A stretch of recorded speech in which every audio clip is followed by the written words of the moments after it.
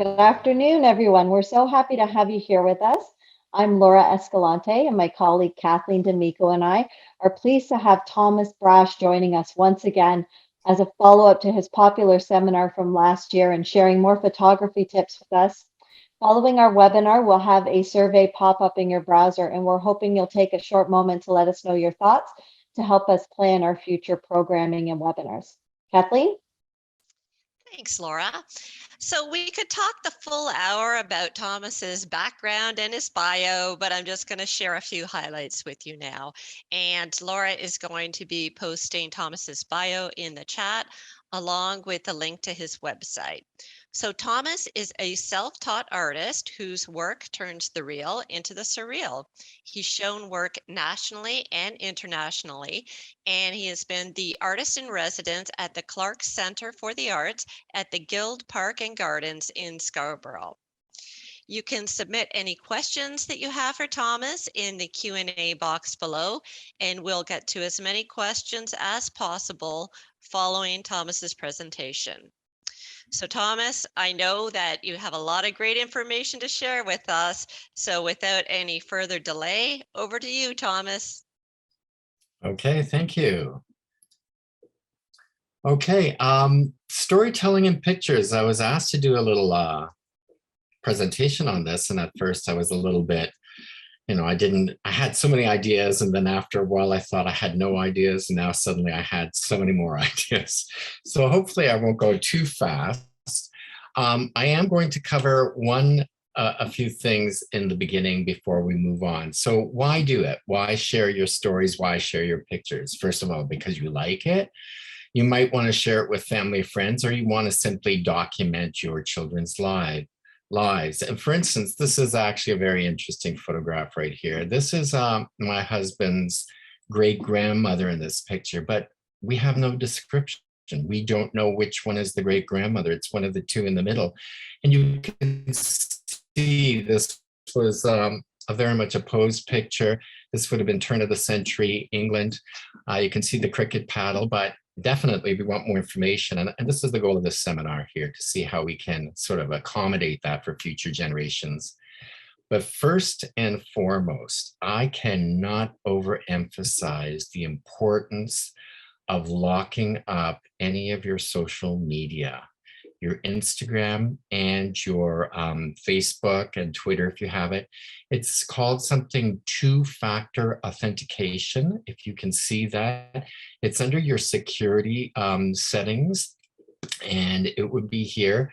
You should really, if you don't know how to do it, look up just Google it and do that. I've known up to 8 people who have had their accounts hijacked.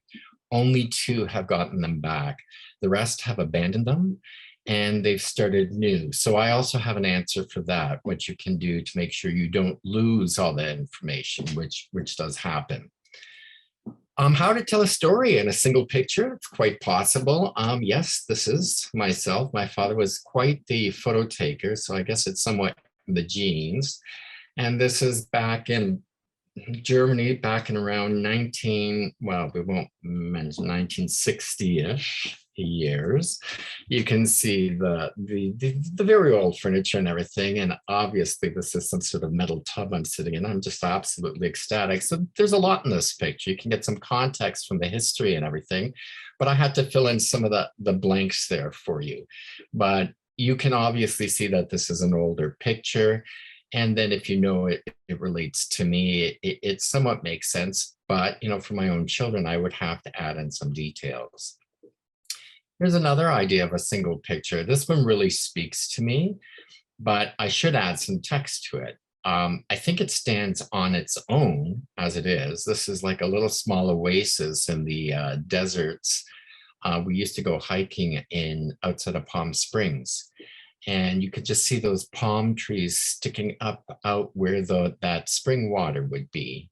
But in the background, you see the mountains, the tumultuous clouds. It's a very isolated feeling you get from this, very moody. This one I really like as well. This was just this was in the beginning of my photography career. This was just a chance photo. I was experimenting with infrared film. This is actually a picture of my father, and he was a miner for over 30 years up in the Sudbury region. So it kind of all just makes sense for me. Again, a caption would help, and I will get to that as well. But as this picture alone, it does actually, I think, have its effect. Sometimes you can do this in a series of stories. I live in Cabbagetown, very close to Riverdale Park. It's just actually over there. And we have a very big hill, and every time it snows, it's a big draw for people to go sliding. So even though I don't know these people, I certainly get the idea of what's going on here. There's certainly a lot of amusement, a lot of joy. Personally, I'm quite over sledding. I'm from Northern Ontario. No, thank you at this point. But you know, these young people are certainly enjoying it still. Again, another series of pictures. It should have been almost evident from that bathtub scene in that first slide. I tend to like water, so I do actually have a little underwater camera, which I have purchased, and I do use it whenever I do travel. More often than not, it is pictures within pools, because I found pictures within their oceans or sea, it's a little bit too murky.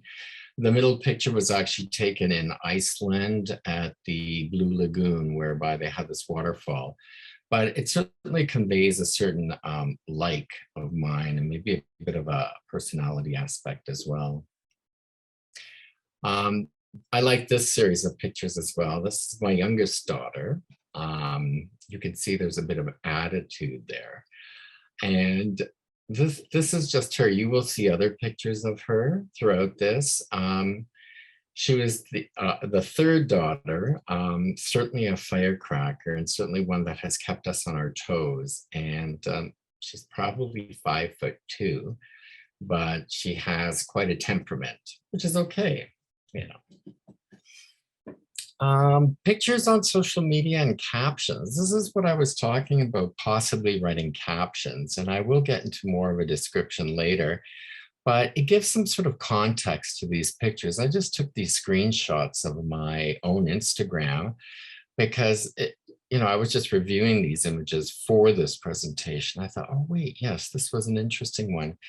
And the one in the center, or the one on the left, if you want to call it, with the door and the medallion over the door, I have put in there in the caption, levels of security are Airbnb and Colonia.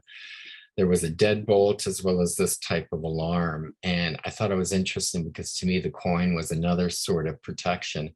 And it was funny, from that post, a few people were able to identify that coin. And this was actually, our Airbnb was actually a former Jesuit college from a couple of 100 years ago.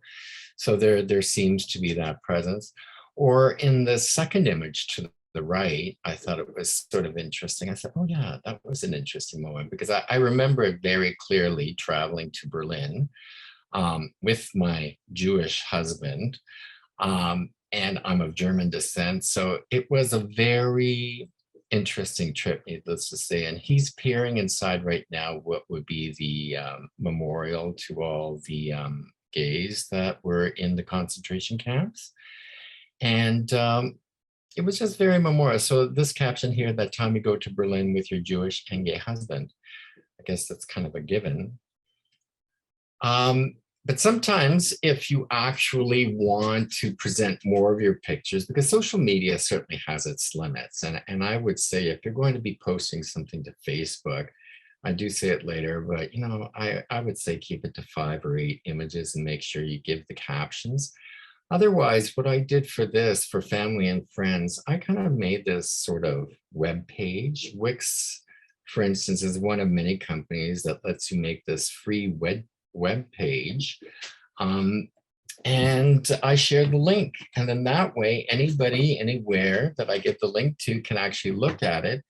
And behind each of these pictures is as well a caption. Okay, so this is not actually a web page at the moment.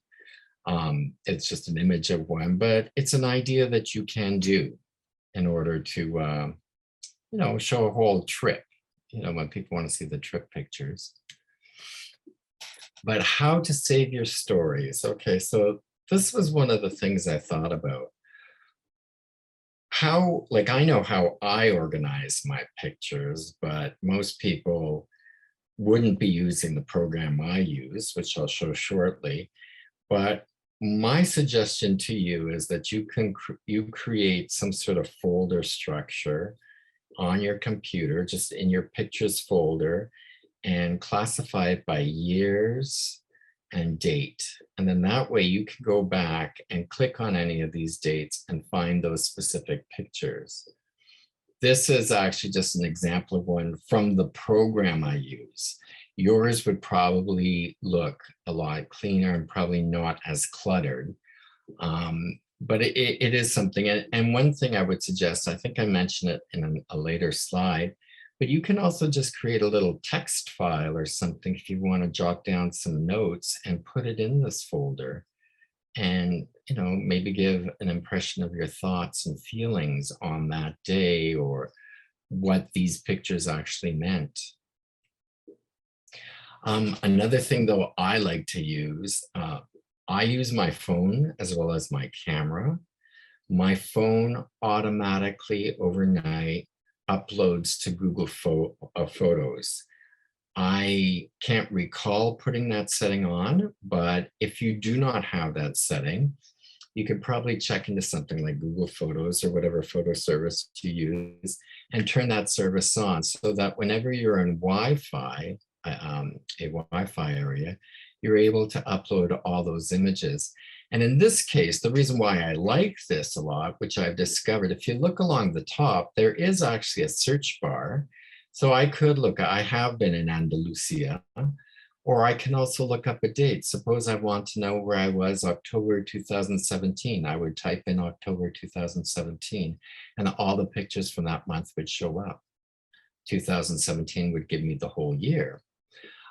In this case, you can see these are more recent pictures. Also on the left, it does create, it allows you to explore, create different albums. There are different utilities. So this is actually a tool I would highly recommend. I will address in a second the whole idea of privacy. Another way that you can probably store a lot of your pictures is your Instagram account. A lot of people make their Instagram account almost into a travel log or a daily way of recording.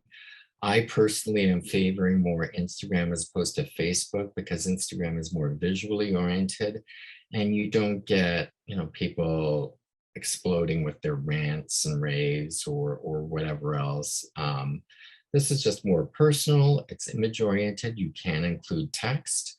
And I will mention that you can include these little folders here on top for your highlights. There's a lot within Instagram. It's a very useful tool.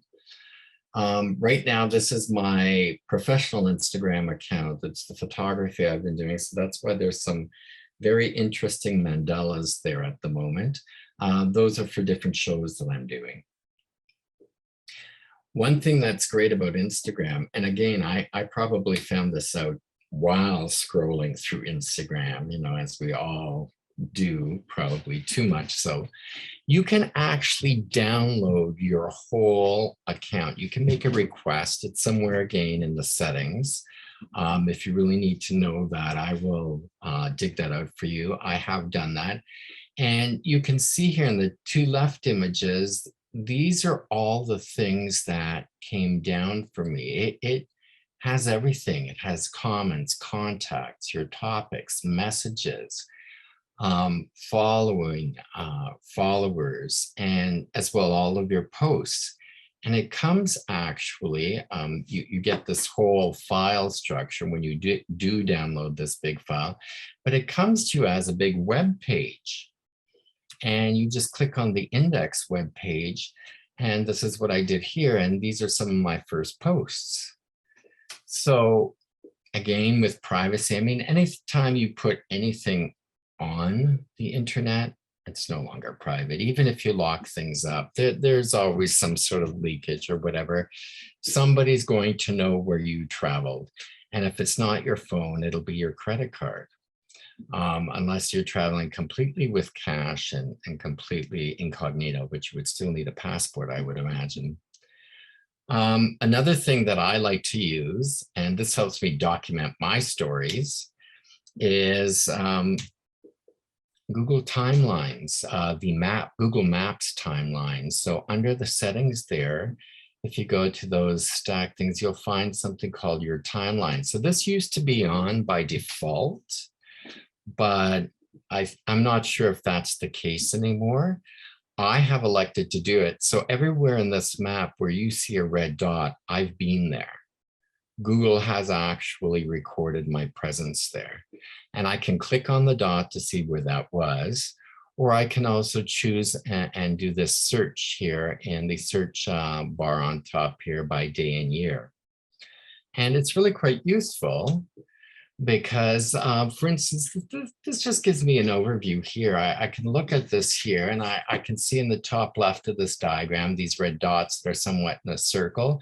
That was a bike trip, a very nasty long bike trip over mountains. The worst day was 100 miles, 1 mile up the mountain, 1 mile down the mountain. But that wasn't the worst bike trip. This one down here along the California coast, from San Francisco to San Diego, this was supposed to be my honeymoon. We call it the honeymoon from hell. I never finished it. My husband did. But that's the next slide. We're still married. You can also see a few dots here, Las Vegas. That was a work trip. And then as well, a few in here, that would have been Palm Springs as well for just some vacation time. My husband made it up to me. So the following year, we went to Paris. And this is what you get when you look up a specific day. So on October 11th, 2017, I mean, it's not horribly accurate, and that has to do with how your GPS works on your phone. And if there's a power save mode, it kind of does this zigzagging thing because it's not getting all the in-between steps. But it will show you basically the different sites you were at. And any pictures you've taken on your phone are also sometimes included with this timeline. You can elect to remove them or add them, and you can also elect to possibly add them. Google makes it very easy for you to become their agent, to do their work for you. So you create these images and you create all this information for them, this content. This is actually what I use it, and there might be a few of you out there that actually this is an Adobe product. I tend to like this one. I know there are others, but I'm just used to the Adobe products. But this is called Lightroom, and you can't really see it. There are different modules up here, but right now this is just the library module. What I like about this is this gives me, it's like a database of all of my images. So here on the left panel, I have all the folders with those dates. That would have been like that diagram I showed you before. But these here are the collections I create specifically. So right now I'm in a folder that's called Thomas Self-Portrait. On the right-hand side panel, I have additional information about the specific picture here. So the one picture, I've given it a few stars. It tells me how big it is and all this. So it's very exact. And a further feature that this program has, because I also import all my phone pictures, and with your phone, there's a GPS, and each picture you take is tagged with that GPS location. So this map here shows exactly where I took those pictures. So you can, and it actually even tells you how many pictures were taken there. A previous camera I owned had an actual GPS in it, but I've since lost it. It was stolen on a trip to Costa Rica. I'm not blaming the Costa Ricans, just saying it was my own stupidity for leaving it in a locked car. But that was very helpful, but also sometimes annoying because you had to remember whether or not to turn on your GPS. But I like the fact that our phones that are very high quality have that ability to do it, and it's automatic. You might want to also think about where you're going to store your images. So again, we have this structure here. You can in the cloud, like I suggested, Google Photos. I know if you have an Amazon subscription, you can subscribe to Amazon Prime, and it automatically will also take your photos. You can have your photos everywhere. I'm not as familiar with Apple products, but I know it all has the same sort of thing. Or a thing that I used to do until I finally upgraded into a small file server, is to have these small portable drives. And it's good to have those as well to use as a backup.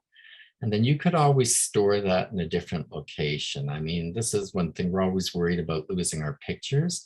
So if you create a backup and you either keep this at a friend's house or in a fireproof safe, you'll have that peace of mind knowing that you have those pictures saved.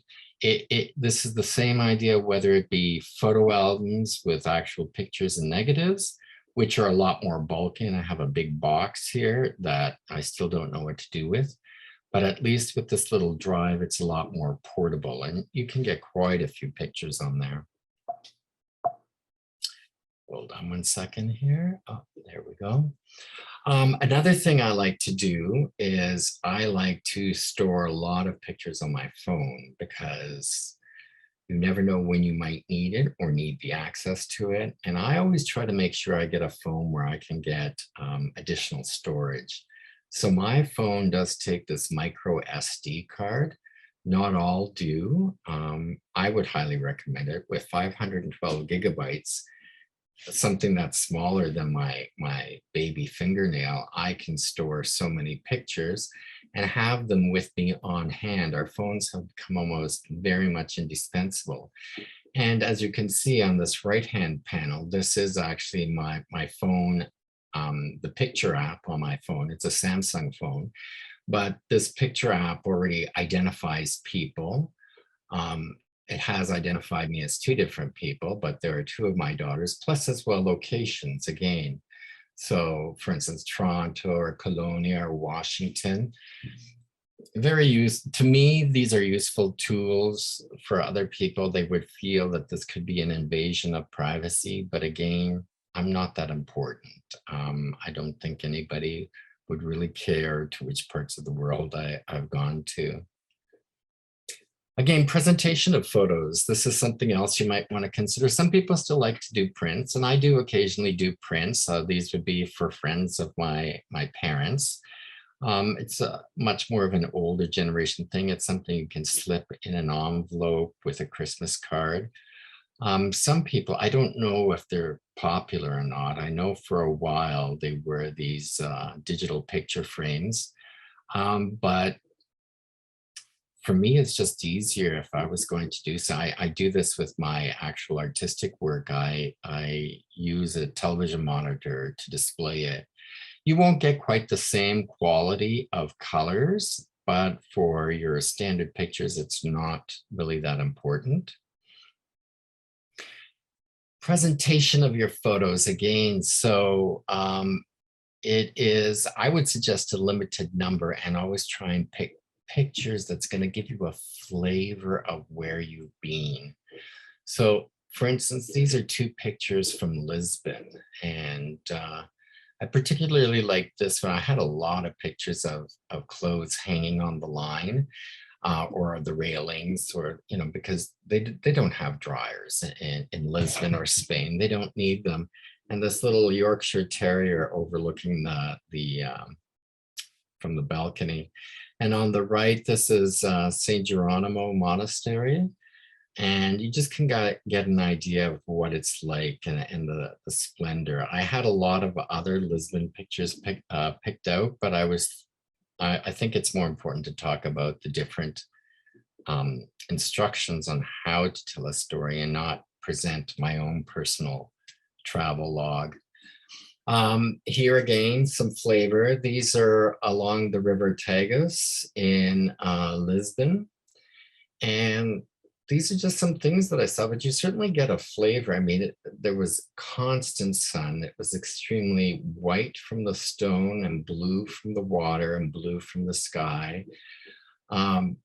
this one man here sunbathing on the left, the one on the right actually just sitting there waiting for a fish to nibble on his line there.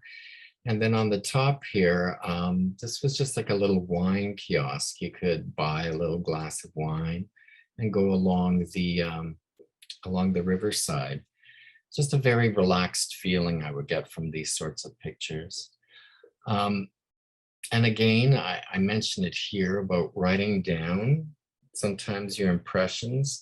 I haven't done that a lot, but having looked at these pictures right now, I certainly have an idea of what I would say. And it's something that I might actually do now that I'm actually taking my own advice. Caption writing. So sometimes it can be too much or it can be too little. Sometimes too little is better than too much. The catchy title, I would go for some sort of catchy title if you can, or subtitle. And these are these pieces here that I've already shown, but for instance, me with the N95 mask, you know, and to me, truly, this is what I felt when I put that on. Nothing like the smell of a fresh N95 mask to start the day. And you can see from the top tag that I'm at Toronto Pearson Airport. So I'm just about to leave. And again, this is this other picture I've already addressed. Here was a good example. This is just really, really recent from this last weekend. This is what I would call, you know, a catchy title and a bit of a, not a subtitle, but a description. Because you can't really format text in Instagram, there's a tendency to use capital letters. So, you know, somebody might say, okay, serendipity, you know, and that might be enough for them, or some people might want to know more. And so I have this description here for this, and I've tried to keep it brief, but keep all the factual information in there. But that's actually not the whole post, because, you know, sometimes we're obligated to give more information. And this actually became the whole post, plus 2 other pictures, or actually many more pictures, as you can see. So it becomes a bit more of a task to read this all. But if somebody is interested, then they can actually go through and read this. And you have this documented for yourself. And then as well, I might ask for another backup to be downloaded again from Instagram. I will have this as a record as well, the comments that I put in. Here is what I would call a necessary evil. I am involved in this project in making these portraits of different people. Quite honestly, I know most people aren't going to read that, but I felt obligated to provide that information so that they are able to go to this show or purchase the book. And then, of course, I haven't mentioned it too much, but putting in those different hashtags so that, you know, it becomes a searchable item. So if it has the hashtag symbol in front of it, it becomes a searchable item. If it has the @ sign in front of it, it means you've tagged an actual person or organization, and they will get notification of this. So in this case, I tagged the artist, another gallery owner, and the 10 by 10 photography project people. But this is what the caption probably should look like.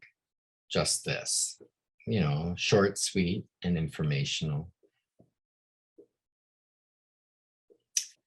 This is an example, and I'm just keeping this anonymous.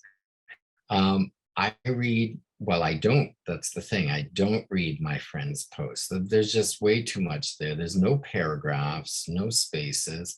Most of us do not have that attention span, certainly not when we're scrolling on our phone. I didn't include the real picture because I didn't want to identify this person, but just to give you an idea of something not to do.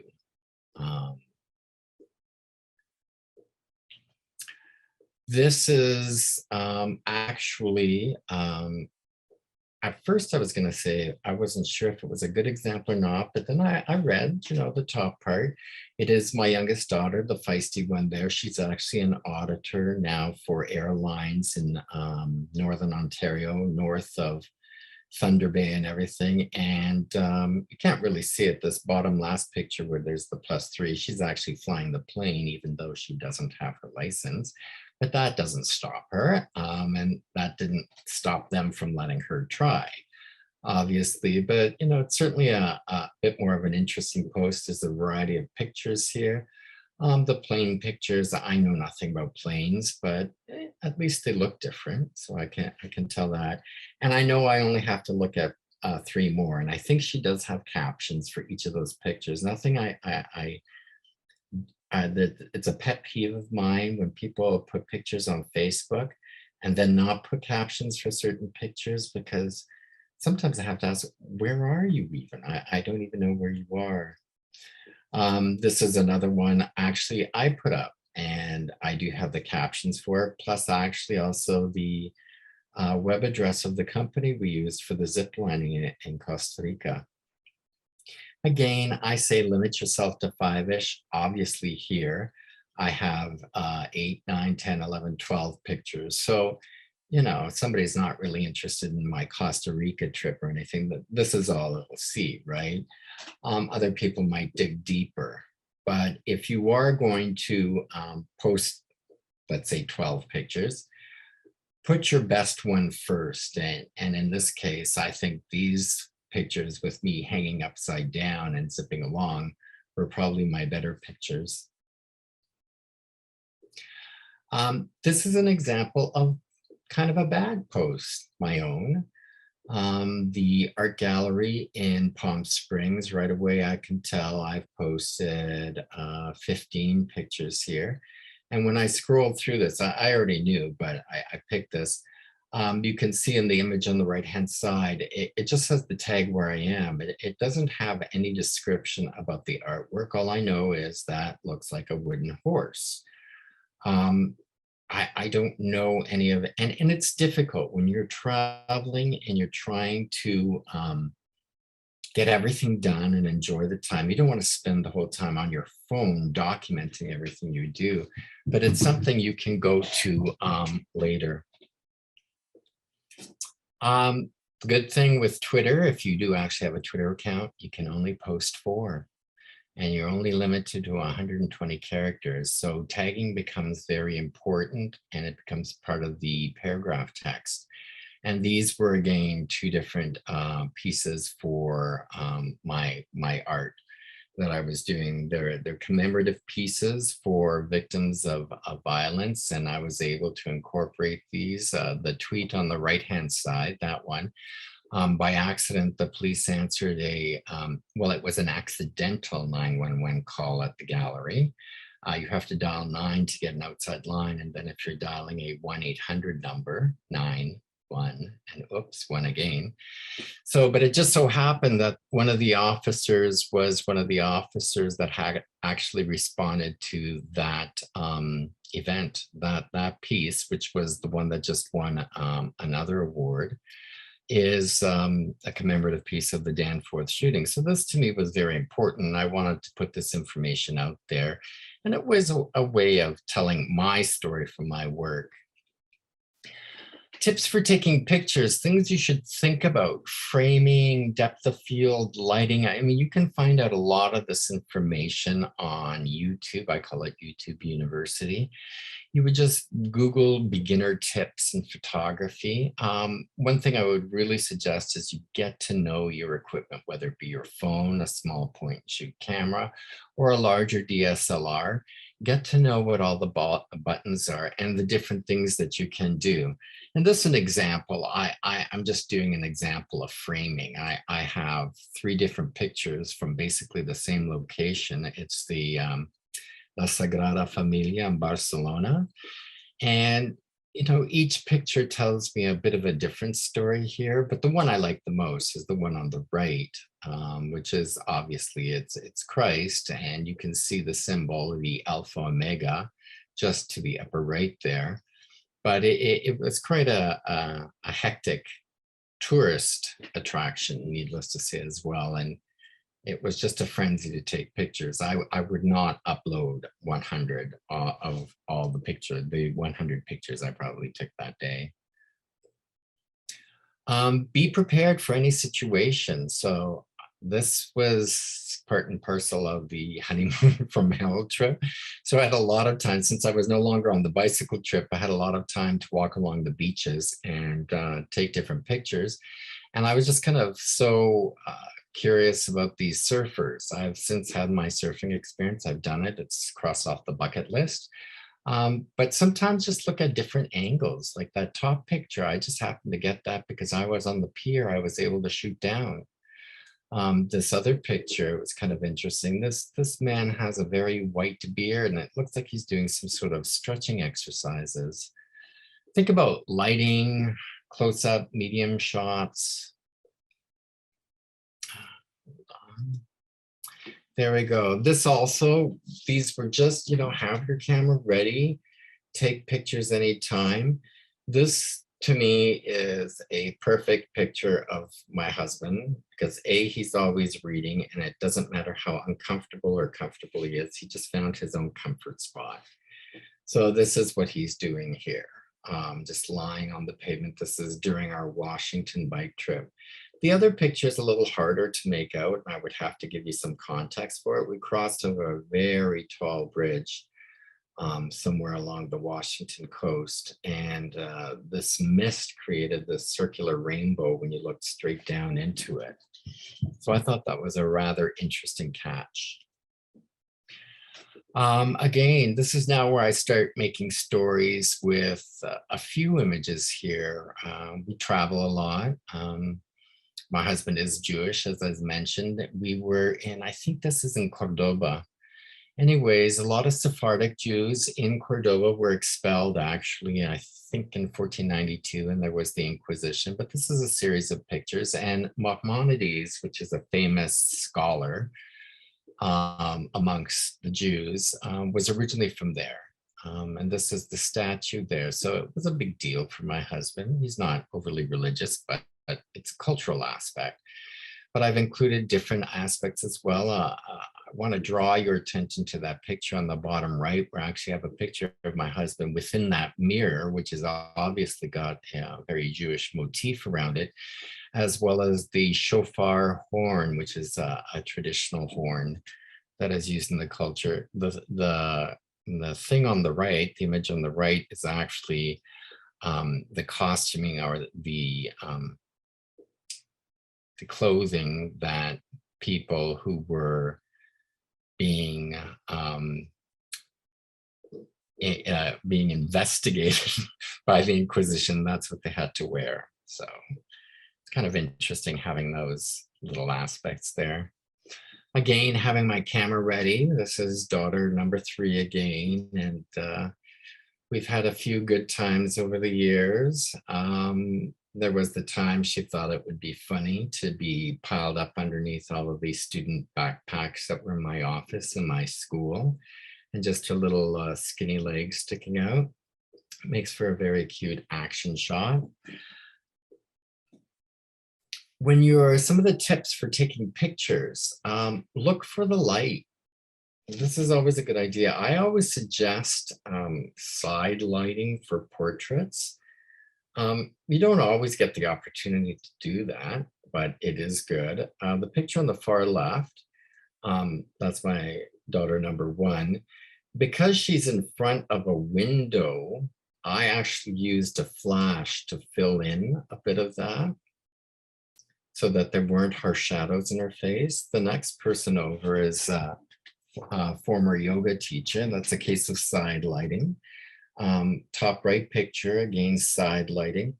And then again, Riverdale Park during that sledding party, across the river, they have built this terrific new hospital that is very shiny. So what happens is, as the sun sets to the west, and that's east of the river, you get a very strong reflection from the setting sun, and it really makes that building stand out. That's just basically glass. It's reflecting the setting sun. Here's a good, and I told this to Kathleen and Laura as well, a good thing of what you should not do. I know this seems like common sense, but really seriously, it wasn't common sense to me at the time. but it ended well. But you know, you really shouldn't take pictures of men holding guns. To me, this was a fascinating scene in Uruguay. This is how they pick up the bank deposit. There was like, I don't know, there's like 5 police cars there, men with rifles and everything. It was just so unbelievable. And here I am with my telescopic lens clicking away.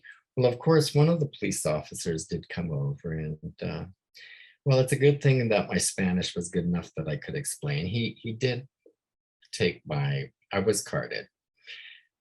There was the identification part, but I was able to at least explain, you know, I'm from Canada. This to me is very novel. We don't see this when they pick up the cash deposits from the bank. So just something to think about.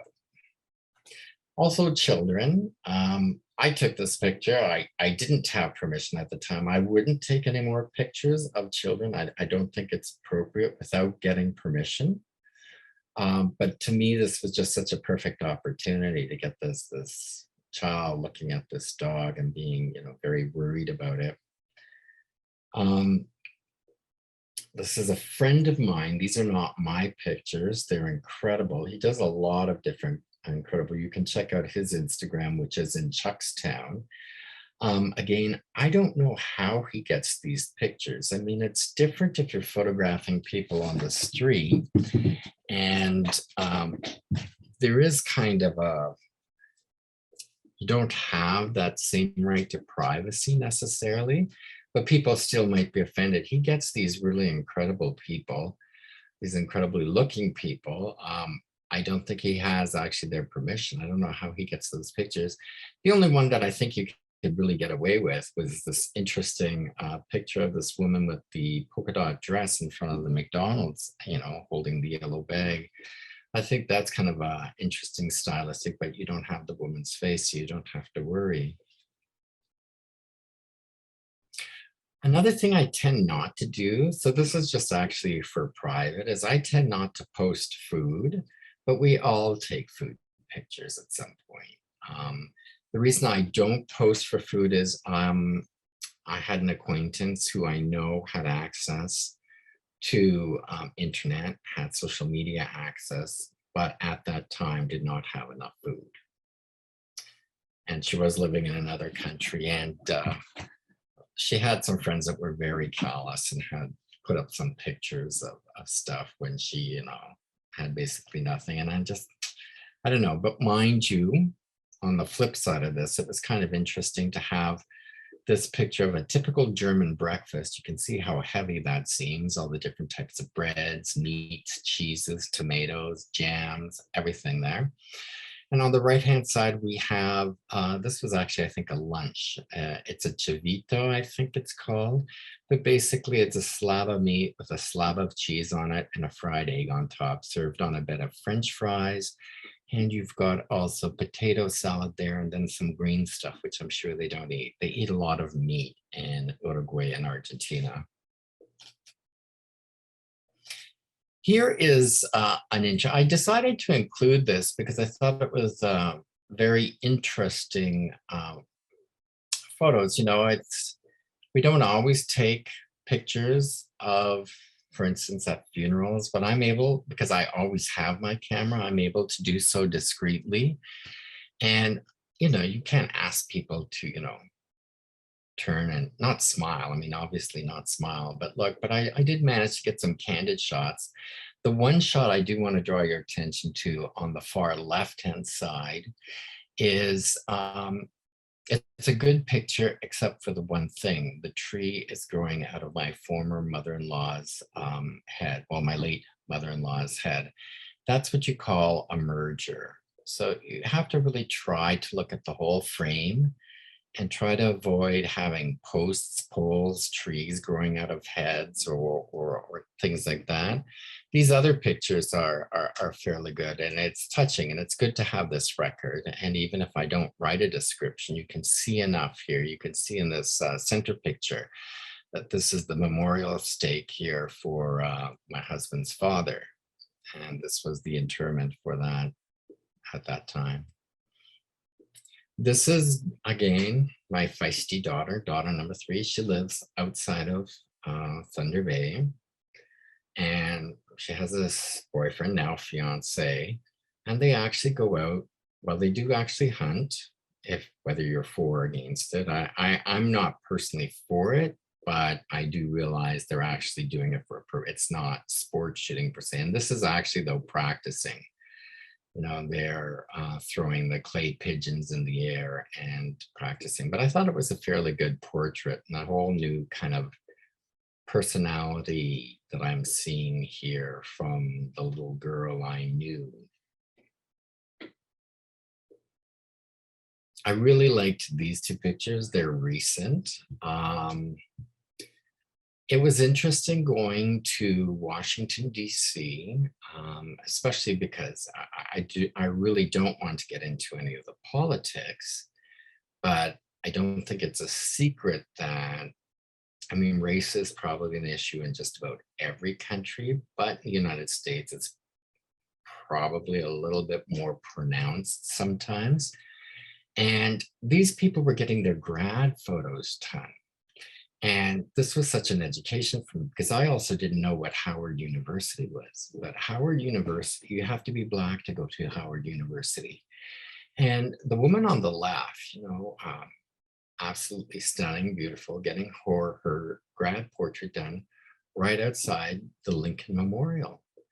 And I thought, wow, how about that? And on the right, this was on the steps of the Supreme Court. And he must have been studying law or something. It's not overly, what you have to do is you have to realize those red soled shoes are actually Louboutins, and they're about $800 or $900 US. I was impressed by that. I thought, well, good for you. You should be wearing your $900 shoes and be sitting on the steps of the Supreme Court. You know, I just thought it was a very interesting, it's a necessary change, a very necessary change. I just had wanted to make that statement. This as well, we went and we also saw the Martin Luther King Memorial, and it was very impressive. And again, I broke my rule about photographing children, but it is not his face here, but it was really interesting. There was actually more to the scene. The father was encouraging this boy to read this quotation here from Martin Luther King, and he did. And it was like, and the father said, these are very important words. And that really stuck with me. You know, I thought, oh, well, that's good. You know, there seems to be, I mean, that we all have a long way to go, but you know, there seems to be a little bit of progress here. Another idea for getting a type of action shot for your stories. We were taking a look at the Picasso images in this one museum in Washington, D.C., and it was during the Blue period. I always find it fascinating when people are taking pictures of the picture. I do it as well, actually, but I like to capture that. I like to capture that idea of somebody taking a picture of that. It's just kind of the picture in the picture. It's a story to that. Here's a really good story idea as well. And this is the idea of using a series of pictures to actually tell a story. I could probably add some text to this too, but if you actually examine these pictures, there's something in common with all of these. There's this cup with a metal straw sticking out in each one. This is very big in Uruguay, also in Argentina, and parts of Brazil and Paraguay. They drink this tea called mate. It's actually a very bitter tea. They all drink it. Children, all the way up to there's this older couple just with lawn chairs on the sidewalk drinking their mate. The picture with the man, the running shoes, and that was probably the first mate cup I saw in Uruguay, and I was going to get to know that. And on the right-hand side in the grocery store, you can see all the bags of mate. And you can see they actually sell this tea in bags up to 5 kilograms. So you're buying a 10-pound bag of tea. So I would imagine that's a family that drinks a lot of this tea daily. So of course, what was I going to do? That is me on the right-hand side. I was going to get my own little mate cup. And I have taken up the practice. I'm still not quite used to it. It's supposed to be good for you. I also have my little Uruguayan beret. Trying to take on the flavor. I hope actually to be spending a lot more winters down in that part of the world. So we're coming now to this last slide here. Other things you might want to consider for your own storytelling if you want to take it to the next level is the possibility of doing videos or a vlog. I'm not very good at that. I tend to be too much of a perfectionist. So I don't do that, but writing I would do, and I do have some stories up on medium.com, which is it's more of a blog site. It's free. You can post your whatever the topic is, plus some pictures, as many as you want. There are also other picture publishing sites such as Flickr, 500 Pics, or PhotoBucket, if that's still around. I did just find that. But yes, I hope that has given you some ideas on how to tell stories, what to do, what to avoid. I don't pretend to be the authority on all of this, but it certainly, having done this presentation, has given me some sort of perspective on things to do and things I can improve on. I'm good at my regular art, but actual taking pictures, I'm only recently learning how to do that better at this point. But anyways, thank you. Are there any questions? There are, Thomas, and thank you for your presentation. That was really informative. The first question is from Christina, and she's asking, what kind of camera is a good one to start with as a beginner? Okay, well, I wish I knew more of the context with that, because it really depends. I mean, you get those smaller, so 1 second. I have something like this, and even something like this can become quite complicated because there are a lot of menu items and everything, and you have to get used to it. I think whatever you get, you should get very familiar with it. But if you're going to get something other than your phone camera, which, by the way, you should also get familiar with and learn all the features, you can either step up to something like this, and my underwater camera looks like this as well, or a, camera like this, DSLR. This one is the one that doesn't have, it doesn't have a mirror in it, so it doesn't make as loud a sound. But there are features on here I still don't know, and I really need to know. So it becomes an education. So if you were going to go for something like this, I would recommend, I think you can get something like this low end, it's called a Canon Rebel, somewhere in there. And they're maybe about a couple of hundred, 500. This one was about 2,000, I think. So it depends on how much you want to spend. This might be also like maybe 200 or 300. Great. Thanks, Thomas. And I think Laura actually posted in the chat a link to the first webinar that you did for us. And that has a few more tips as well.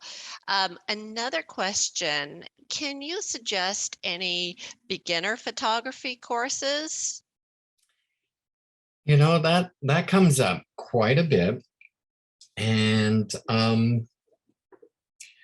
I can't per se do. What I would suggest is, again, going through the hallowed arches of YouTube University, and I would do a search for beginner and whatever type of camera you want to use, beginner DSLR or beginner tourism travel pics, you know, and see if you can find a series that appeals to you. I know I have my own personal series, but I tend to look for more technical things, not so much the actual shots. If you're actually looking for inspiration, then I would Google in there with inspiration as well. Put that in there into the YouTube entry and see what you come up with. Another thing is just be conscious or mindful when you're looking at pictures, saying, oh, I really like that picture. I want to duplicate that picture. How do I make a picture like that? And then investigating it that way. I don't think there is one set way. I don't think there is one set beginner's course. But I do suggest, like if you do get, let's say you get the Canon Rebel XL or whatever it's called, or XTI, look for a beginner video on how to even just adjust the settings. So once you start understanding things like ISO, depth of field, and shutter speed, and that kind of relationship between all of that, the aperture, then you will have a better understanding on how to take better pictures. Good tips. Thank you, Thomas. Are you able to give any tips for cropping, specifically for portraits? I'm laughing because I probably am the worst picture taker. I think I'm always cropping. First of all, my biggest goal is just to snap that picture. So I'm not worried always if it's straight or level. I usually try for the crop, for the picture and then for the cropping as well. So if the person is looking off to a side, leave a bit of room in front of their face. Don't crop it right here. It will look odd, you know, move it further out. And that's called facing room, that sort of thing. If the person's looking straight on, then you can actually make a very tight crop. It depends on how close you want to get or further back. Portraits can be anywhere from like just a headshot to a full body shot, or as well an environmental shot. So if like an environmental portrait. So if it's a case of where you have to actually show what the person is doing, well, then you have to include all those elements in there. You have to include not only that person's face, but what they're doing. It doesn't have to be, so let's say somebody is knitting something. You're taking a picture of grandma knitting something. Well, you know, it might be a very interesting shot to get something very close up from the bottom with the knitting and maybe just her eyes looking over, you know, it'll make it more interesting. So get the rough shot first and then crop later. Most programs give you some sort of image editing tools. Love it. Thank you, Thomas. Do you know any camera clubs in the Hamilton, Toronto area for an amateur photographer that they might be able to join? Quite honestly, I do know of one. There is the Toronto Camera Club. I don't know how amateur they consider themselves. I don't know about Hamilton. I have a feeling, though, a lot of these camera clubs have migrated to places like Facebook. It was nice. I mean, back in the day when I first started with photography, there was an actual club. We would go there. I actually learned all my darkroom practice from that. I've not seen a lot of that. Sometimes there are groups that also do like I think there was a group I was involved with for a while that would go for walks. And it was a lot of pictures of birds. So it depends, but I would probably look on Facebook first and see, and you might be able to, but it's still not the same. I know this person actually wants to be in person.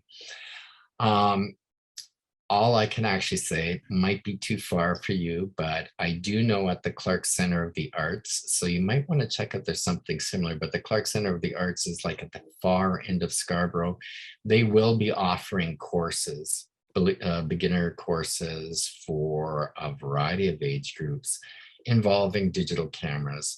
And this is actually through the city of Toronto, so I'm wondering if there might also be something through the city of Hamilton. There must be some sort of arts department as well.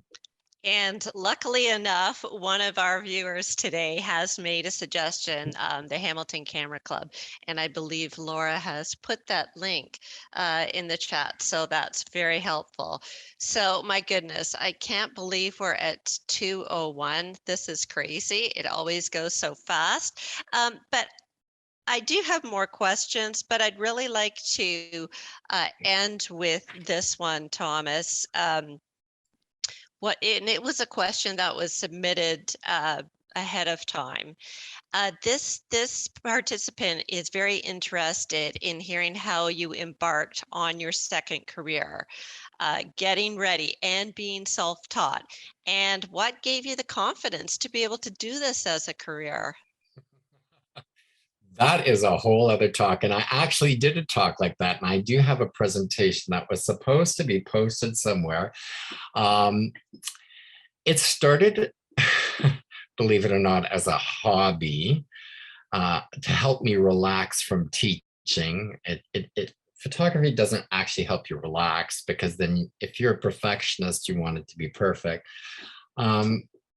And it just started with something as simple as submitting a picture for a contest, getting into contests, getting into local, or I can, and if you will, you can give that person my email or whatever. I can probably give a much more thorough response there.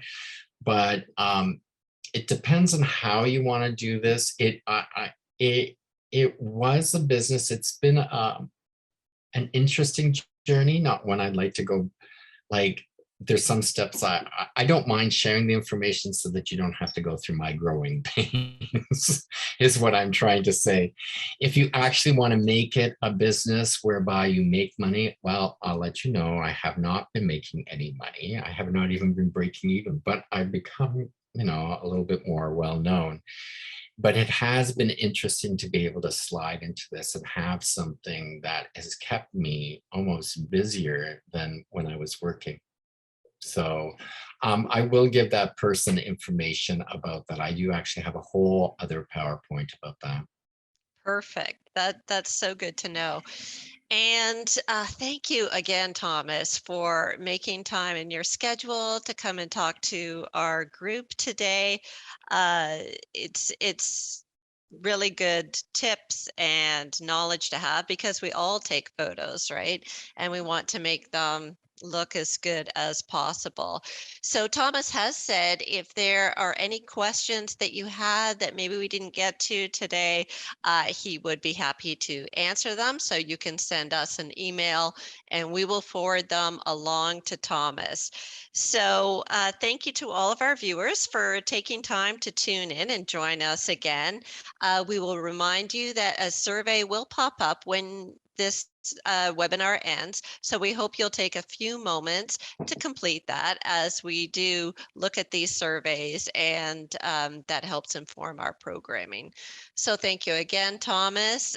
Thank you to all of our viewers, and we hope you enjoy the rest of your day, and we look forward to seeing you next time. Definitely. Bye. Bye now.